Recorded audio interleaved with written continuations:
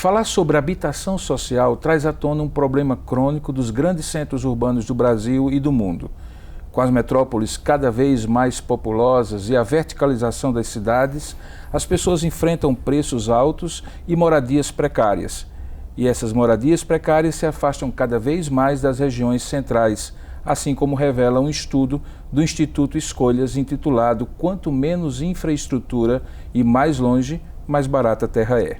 Em São Paulo, o déficit habitacional é estimado em cerca de 500 mil de moradias, segundo a Prefeitura da capital paulista.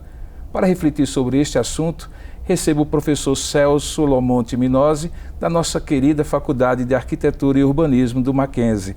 Ele é pesquisador em habitação social e planejamento urbano. Professor Celso, que bom tê-lo aqui. Seja muito bem-vindo ao nosso Diálogos na Academia. Afinal de contas, o que é moradia social? Reverendo Robson, agradeço muito o convite. É sempre um prazer estar conversando tanto com você quanto com a comunidade acadêmica e outros que também se somam a isso. Essa pergunta ela tem uma resposta simples e um entendimento que exige uma reflexão, não é? Enfim, a moradia não é necessariamente o bem imóvel que nós temos. A moradia vem a ser justamente aquilo que nos abriga, aquilo que, de uma certa maneira, nos dá a ideia de conforto, uma ideia de vida. A gente poderia dizer um pouco do domus latino. O lar, né? O lar, exatamente. E então ela corresponde a questões sociológicas, questões antropológicas, todas as noções de crença possíveis, os ritos diários, os ritos não diários, aquilo que de uma certa maneira permite que a vida aconteça, que o cotidiano aconteça.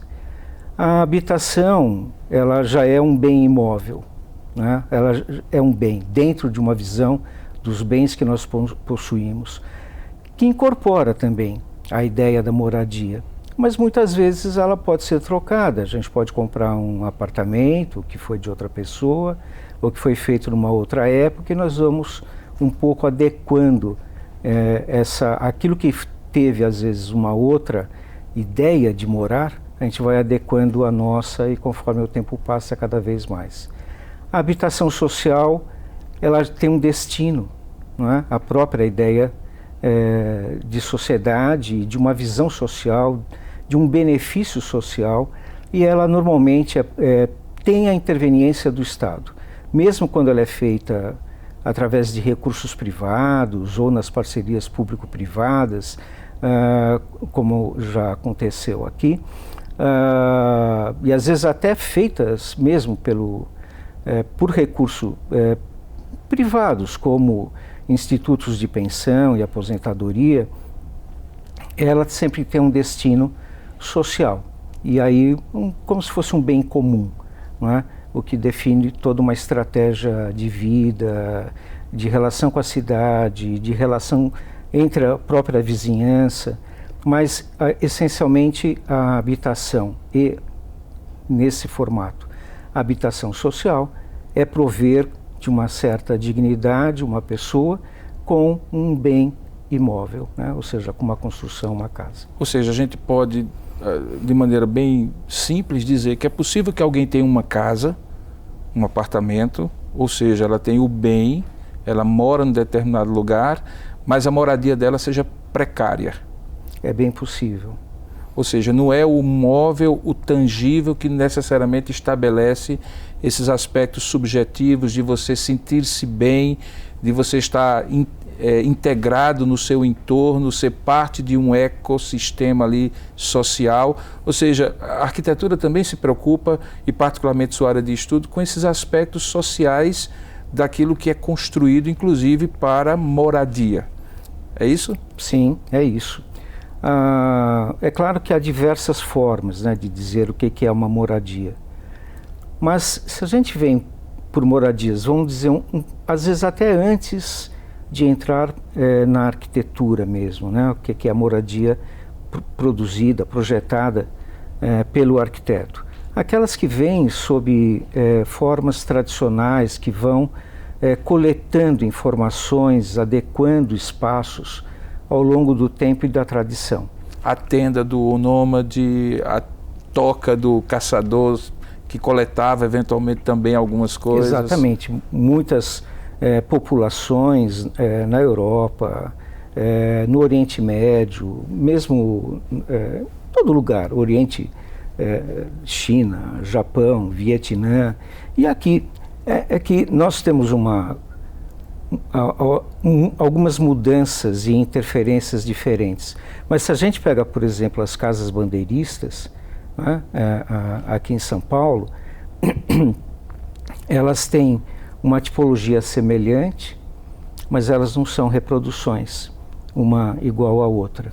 Desculpe, as casas bandeirísticas, me explique melhor, eu acho que também as pessoas vão querer entender. É a casa dos bandeirantes? É a casa onde ficavam principalmente os bandeirantes, chamada de casas bandeiristas, e elas eram colocadas, eram fazendas, algumas ainda têm hoje, então são centenárias, né?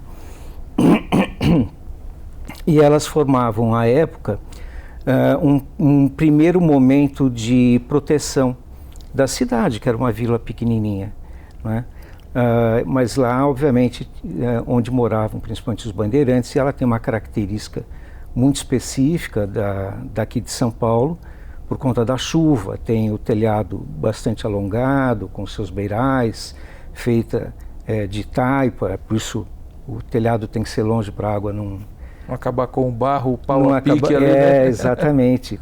E a maneira, entra-se normalmente pelo centro, tem um lugar de pouso para quem vai, para um convidado. Convidado assim, gente que estava passando, que de repente precisava pousar, precisava de uma ajuda. Tem um lugar, um canto específico para isso, tem o lugar da família, as áreas de trabalho. Então ela tem características que são comuns, sem que os desenhos sejam semelhantes, não é? Elas não foram feitas por arquitetos, mas elas foram feitas pela tradição, uma tradição construtiva, uma tradição dos costumes, né? Do dia a dia, de como é que se fabrica o dia. Da própria dinâmica social, né? Os espaços mais privativos Sim. Dentro da habitação, os espaços mais comuns, né? Os espaços de convivência, os espaços de recolhimento. Tudo isso dá o tom de uma moradia. Sim. E é esse aspecto subjetivo que acaba sendo estabelecido por crenças, como o senhor está dizendo, por propostas de convivência, de convívio ali do núcleo que ali habita, como também com a sociedade. E quando a gente fala, por exemplo, que ela tem uma finalidade social, é social no sentido interno para os entes que estão ali ou também para a interação com a polis, com a cidade que está ao redor? Quando há cidade, né, no caso. Se a gente vai, assim, por um começo, né, essa ideia da interação urbana e, de uma certa maneira, vamos chamar de interação política, né? Essa ideia da polis, da vida civil, em tudo que ela abrange, mesmo a não civil, né? Isso não teve tanta apropriação no começo, porque muitos desses projetos que foram feitos, eles já foram feitos sob um bem desenvolvido dentro da arquitetura moderna, que é a ideia de que a arquitetura ela é coletiva. Então ela se destina a uma cidade, mas não àquela cidade que existia lá. É um pensamento mais parecido com Brasília. Então, quando a gente olha Brasília e as lâminas colocadas nas superquadras, é aquela interação. Então, quando essas lâminas são colocadas na cidade de São Paulo, ela tem um pouco uma resistência natural da cidade. Com o tempo, isso foi modificando, não é? Mas isso também é vencer legislação, é vencer os próprios recursos de produção, vencer as questões do custo da terra, não é? Então, quando principalmente esses grandes projetos urbanos começam a acontecer no Brasil, principalmente em São Paulo, por causa do crescimento exponencial da cidade, eles vão ser feitos um pouco mais longe. né, daquilo que a gente pode chamar do centro da cidade. E é aí que entra o projeto, quanto menos infraestrutura e mais longe, mais barata a terra é, o que acaba apontando para uma certa precariedade em alguns tipos de moradia quando elas se deslocam dessa infraestrutura mais central, que já está consolidada, para a periferia. O que caracterizaria uma moradia precária, do ponto de vista tanto social como também do próprio urbanismo, né? Principalmente a ausência de infraestrutura, principalmente isso. A gente pode dizer assim, bom, mas muitas populações vivem muitas vezes sem infraestrutura. Viveu-se sem infraestrutura durante séculos, mas não é o nosso modo de vida hoje. Nosso modo de vida exige infraestrutura, exige eletricidade, não é? Então, está distante 20 quilômetros da cidade e não tem eletricidade. Não pode acontecer. Uma série de coisas some da vida social, ou porque não tem acesso a equipamentos, dispositivos de comunicação e as coisas as mais diversas. Ou esgoto, que é uma questão, quando a gente chega numa megalópole como São Paulo, é quase impossível pensar que não haja tratamento de esgoto e ainda temos resquícios nisso. Tenta-se avançar, mas ainda é insuficiente. Então, quando a gente pega, principalmente em algumas favelas ainda bastante problemáticas no sentido da construção e que tenha a ausência de infraestrutura, não é apenas um problema da moradia não ser suficiente. A vida daquela pessoa não é suficiente, ela é maltratada diariamente pela falta de um conjunto de conexões com a vida social que a infraestrutura permite, como por exemplo o asseio, né, de sentir-se bem. E aí pode ser que ela tenha o seu lugar para morar, mas aquilo não seja moradia suficientemente prazerosa, sustentável e realizadora para ela. Sim. O que dá o conceito justamente de precariedade. É uma precariedade. E é interessante porque quando a gente fala, por exemplo, de cidades dormitórios ou regiões dormitório, me parece que tem também uma certa concepção de que as pessoas só vão para lá para dormir, elas não vivem lá. E possivelmente não vivem lá porque elas estão tão afastadas, por exemplo, dos lugares onde elas trabalham, que aquilo ali não é a moradia. Às vezes a moradia é muito mais o lugar onde a pessoa trabalha do que o lugar onde a pessoa dorme. Muitas vezes sim, até pela vitalidade de que o lugar onde ela trabalha tenha, não é? Vitalidade que eu digo é dos próprios sinais colocados no ambiente, a rua, o sinal vermelho, o sinal verde, as pessoas passando, o desenho das roupas, seu colorido, os acenos, os abraços, a forma de lidar com o público, quem trabalha com isso, de lidar com os colegas e ver eventualmente alguma coisa que os colegas coloquem na mesa para criar seus territórios pessoais. Isso, então, muitas vezes a vida do trabalho, sim, ela pode ser muito mais vitalizada nesse sentido do que a vida interna na sua própria casa. Mas isso não é uma razão matemática. Isso é muito variável, porque às vezes houve um programa aqui na cidade de São Paulo, quando a prefeita era a Erundina, não dá para falar de recuperação, mas era uma reforma de cortiços. Partia do princípio muito simples. A pessoa não conseguia sair de lá. Ela não tinha recurso para sair de lá. E existia um dado antropológico nisso. Se ela dependesse de uma xícara de açúcar, o vizinho tinha. E se ela, porventura, não saísse no outro dia, o vizinho se preocuparia.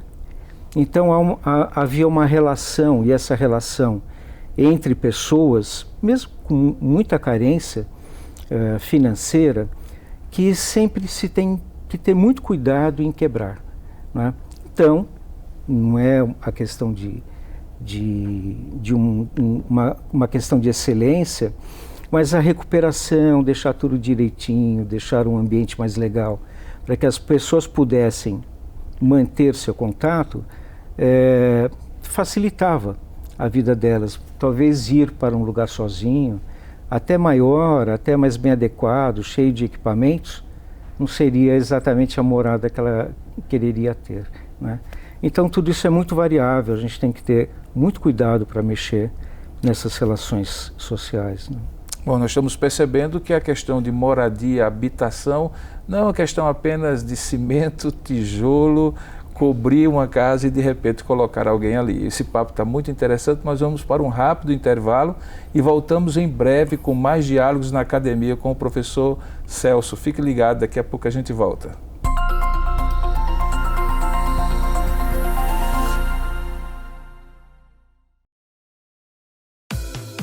Há quanto tempo você não visita uma livraria? Ou uma biblioteca? Que tal fazer isso hoje? Dê uma volta, mexa nas prateleiras e encontre um livro para ler. Aproveite esse dom que nós temos, o de compartilhar histórias e ideias. Leia mais.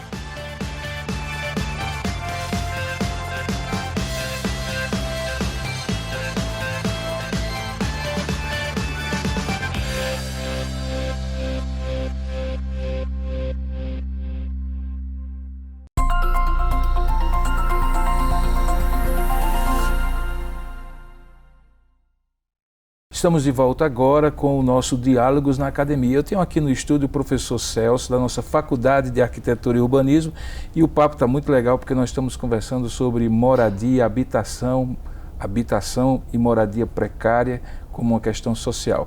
Professor Celso, aquela expressão, quanto menos infraestrutura e mais longe, mais barata a terra é quase uma equação. Mas não apenas uma equação semântica, ela tem significados sociais muito profundos. Explica melhor isso para a gente. Ela parte de uma razão financeira muito direta. As áreas urbanizadas, e principalmente aquelas que estão normalmente em disputa, porque alguém quer comprar um terreno ou depois vende, então onde há algum tipo de especulação, ela custa caro. Ela custa caro, a vida custa cara, e obviamente quanto mais longe dela, a terra sim, a terra vai ser mais barata. Só que quanto mais longe dela, muitas vezes é onde não tem infraestrutura, ou tem pouca infraestrutura, mas muitas vezes nenhuma.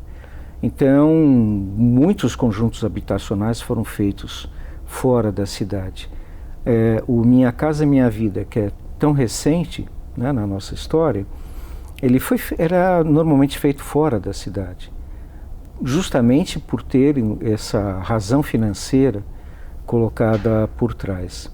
Outras coisas, como nós estávamos comentando, de questões da vida social, muitas vezes nem eram levadas em conta. Muitos trabalhos. Era encontrar uma terra barata para colocar um conjunto habitacional e pronto. E só. E as pessoas que fossem morar lá, se estava perto de água e esgoto, se tinha energia elétrica... Eles até levariam água e esgoto, mas não... aí com os preços próprios, não com os preços já especulados, às vezes tendo que retrabalhar a infraestrutura urbana. Não é? Porque se está dentro de uma área e de repente a gente coloca muito mais gente em cima, eu tenho que reestruturar um pouco todo o sistema de água, esgoto e tal. Então essa é uma coisa que até com o desenvolvimento do pensamento rodoviário, quando se implanta fortemente a partir dos anos 30, essa visão do carro e que depois vai ser fortemente incentivada com as fábricas de automóveis aqui no Brasil, pouco a pouco vai se deixar o trem e os carros vão começar a tomar conta, e os ônibus. Então, de repente, por exemplo, aqui em São Paulo nós tínhamos uma empresa municipal de transporte urbano, então ela assumia muitas vezes o ônus financeiro e ela que soltava o ônibus que ia para um loteamento distante e depois trazia.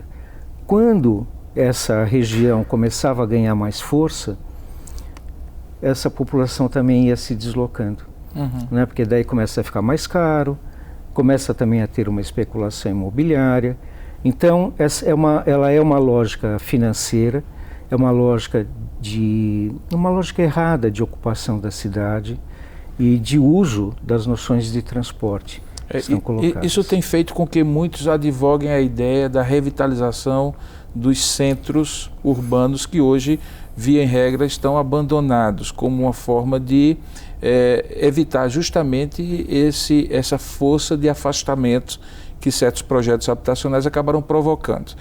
Como é que o senhor vê hoje a política de revitalização dos centros urbanos no Brasil de um modo geral e aqui em São Paulo? Fala-se muito, há muitos anos, que vai revitalizar tal área, que vai fazer aquilo, vai trazer emprego para aquela área, que normalmente já tem, mas vai trazer a família com proximidade, infraestrutura, escola para crianças. Isso é real ou é muita conversa e pouca prática nessa política? Essa é uma boa política e como é que ela está sendo implantada hoje no Brasil? De uma forma geral, é uma política correta, né? Então, nós temos, para todos os efeitos, em termos quantitativos, nós teríamos imóveis suficientes para atender a carência de 500 mil de habitações. O senhor está falando aqui em São Paulo? Aqui em São Paulo. Uhum. E muitas vezes em outras áreas, também em outras cidades. Porque, claro, a economia no centro é onde ela começa forte, uhum, mas pouco a pouco ela vai se deslocando. Se a gente pega, por exemplo, aqui em São Paulo, os Campos Elíseos, é onde ficava a turma que tinha fazenda de café. Chegava perto do trem, da sua própria fazenda, e ia para as casas que ficavam lá colocadas. É o primeiro bairro planejado aqui em São Paulo. Só que, pouco a pouco, isso vai se transformando por diversos motivos, e principalmente quando cresce toda a parte junto à ferrovia, né? E lá principalmente na Estação da Luz, os imigrantes chegando, depois migrantes, então vai formando todo um outro núcleo, essa população se desloca, né?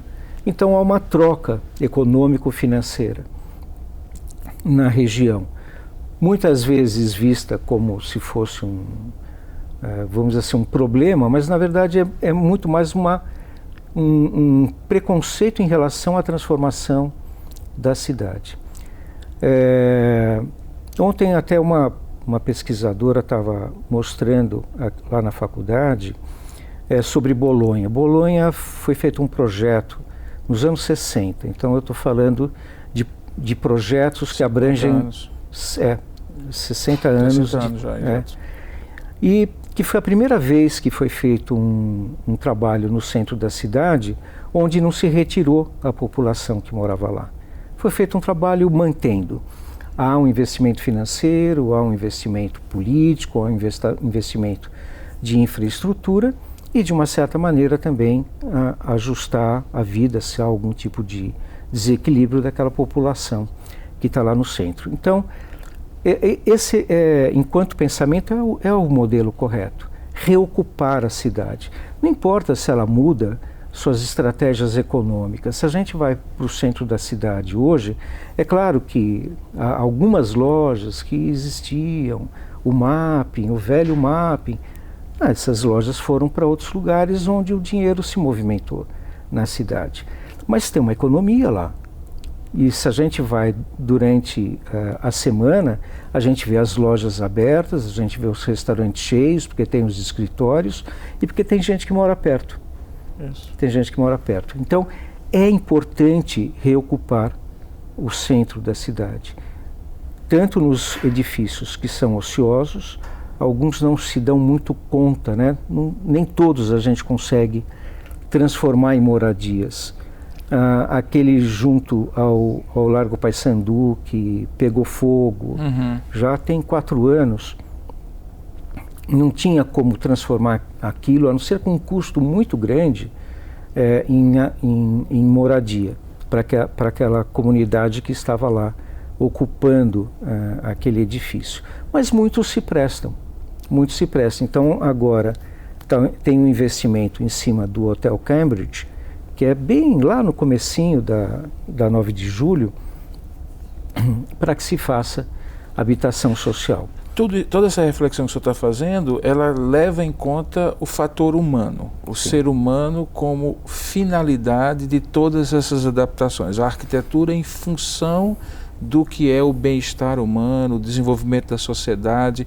E isso, para muitos, parece algo distante de conceber no senso comum, porque sempre se imagina urbanismo e arquitetura, e eu falo aí como leigo e expressando talvez a opinião de muitos, como uma ciência que necessariamente o fator humano não é ou não seria supostamente o mais importante. Quando a gente pensa nesse aspecto do ser humano como centro para o qual a arquitetura serve com a sua ciência, com a sua arte, como é que o senhor vê a importância da vida humana, da qualidade da vida humana, como valor absoluto para o qual a arquitetura serve? E ela funciona na direção de... Eu digo isso porque na Escritura Sagrada, de onde eu venho, é muito comum, e o próprio Jesus Cristo disse assim, que o sábado é feito para o homem e não o homem para o sábado. A gente poderia afirmar a mesma coisa? A arquitetura é feita para o homem e não o homem para a arquitetura? A gente poderia começar por aí, sim.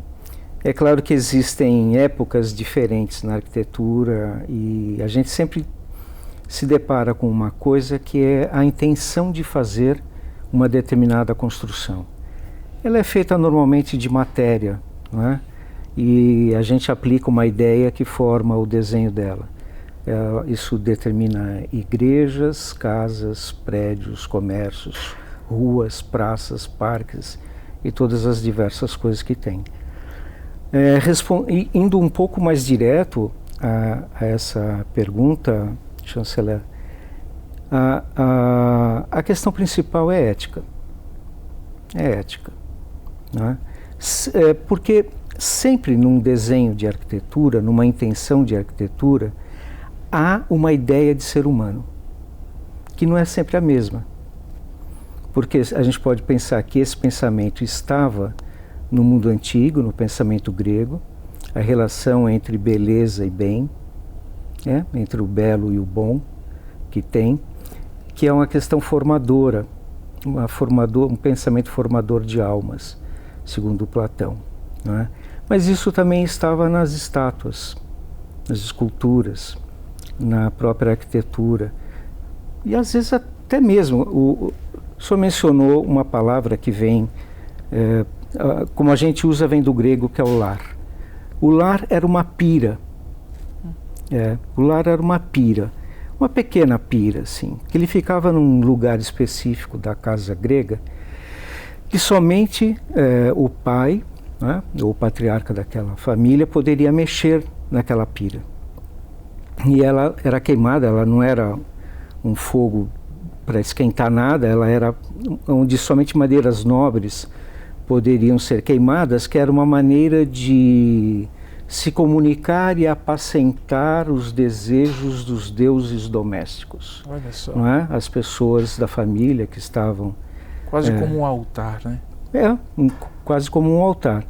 Então, esse lugar, essa ideia de rito, as coisas que se abriam para isso, o pequeno pátio, mesmo que não tinham exatamente a formação e a ideia da beleza que teria, por exemplo, no Párthenon, mas ela tem a vida colocada lá.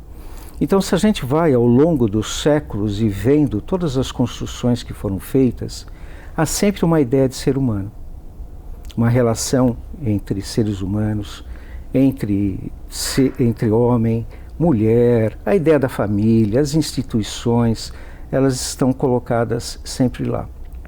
Seja no desenho dos templos, que variam, não são sempre os mesmos, não é? Das formas religiosas, mas no desenho das casas. E isso não foi perdido até hoje, porque não há como perder isso. Enquanto houver ser humano, né? Enquanto houver ser humano. Então, sim, a arquitetura é uma coisa humana, mas ela, na verdade, reverencia tudo, se a gente puder dizer assim.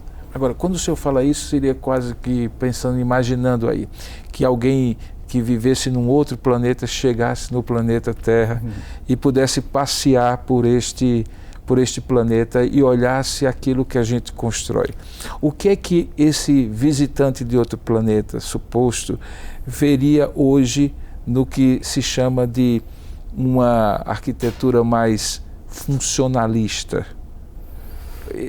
O que significa funcionalismo em termos de perda do elemento humano?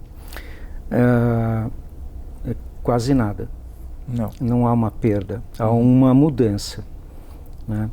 Então, quando se constrói o pensamento funcionalista dos 19 para o 20, também se constrói uma ideia de ser humano, por exemplo, numa noção de transparência, né? Uma noção de essencialidade, numa certa relação desse ser humano com a sociedade, que não é fixo, ela tem uns movimentos. Isso. Então, eu diria que toda e qualquer arquitetura tem um registro moral.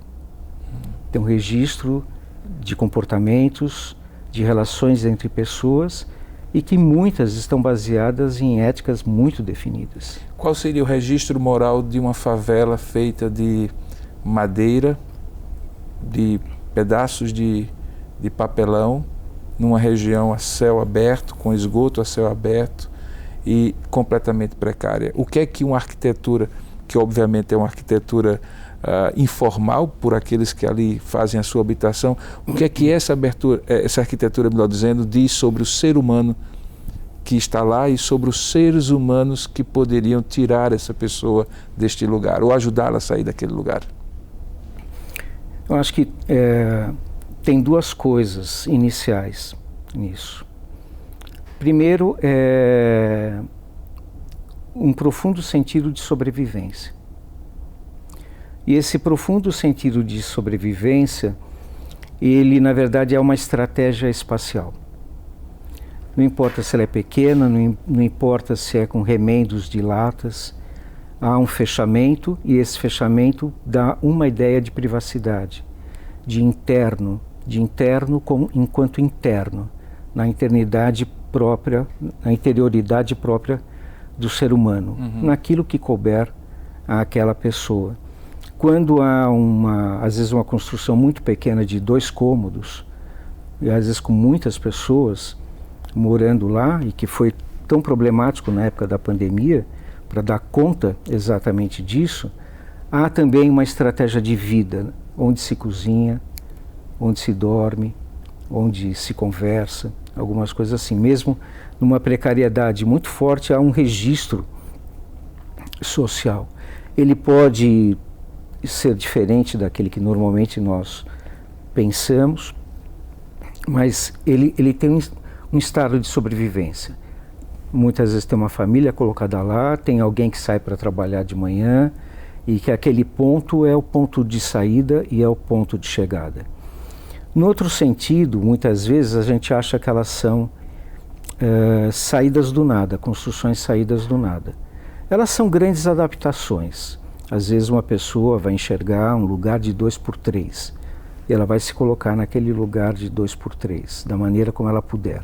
É um grande sentido de adaptação e sobrevivência. Mas ela traz, porque eu já vi isso em outros lugares, um certo sentido de espacialidade, que não é apenas o que a gente conhece.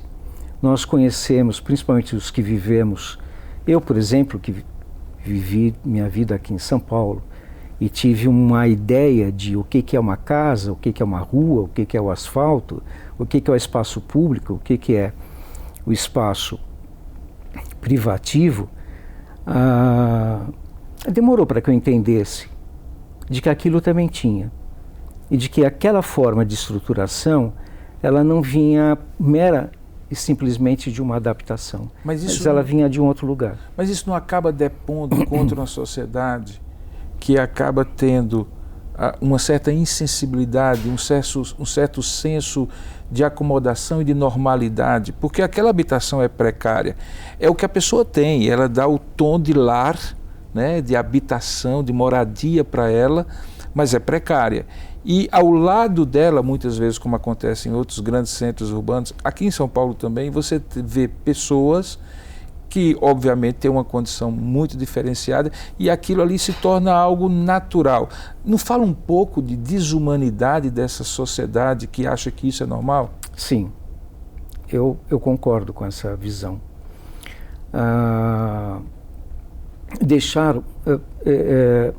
Eu não quero dizendo que há um sentido de que há também o traço moral naquela espacialização, querer um pouco deixar tudo um pouco cor-de-rosa, como se, que bom, né? Eles têm um teto sobre eles.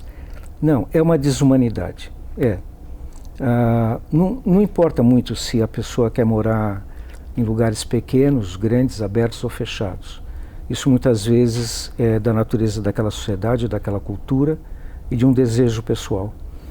Mas a impossibilidade de ter algo diferente, a impossibilidade de ter, às vezes, aquele mínimo que dá a dignidade da vida daquela pessoa, sim, é uma desumanidade.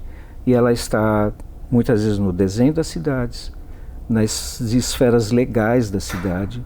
Os nossos planos diretores aqui em São Paulo demoraram para reconhecer que havia uma cidade informal. Então, tudo aquilo que eles regiam, formas de distribuição, obras de transporte, de transição de lugares, eles consideravam pontes, isso aí? Não existia. Eu me lembro que mesmo até o Jânio Quadros, se não falha a memória, década de 70, enquanto prefeito aqui, já depois que ele voltou, né, aquela confusão toda, ele ainda pensava de que as favelas poderiam ser retiradas, saneado aquele local, porque é um saneamento, isso é uma desumanidade, não é essa ideia de saneamento. Uma limpeza, né? É uma desumanidade. Limpa a paisagem, como se por aquilo ali fosse simplesmente um rabisco na topografia urbana. Como né? se não fossem humanos. Né? Até que, de repente, todo mundo se dá conta de que são milhões de pessoas. Então, hoje, nós temos, em diversos modos, vamos chamar assim, de subhabitação, é uma cidade grande, são 2 milhões de pessoas. Vida. Bom, aqui a gente tem um campo imenso de reflexão sobre esses aspectos morais, éticos, sociais da habitação, da moradia, da habitação precária. E nós teríamos aqui um tempo, infelizmente, que nunca jamais seria suficiente para conversar sobre isso.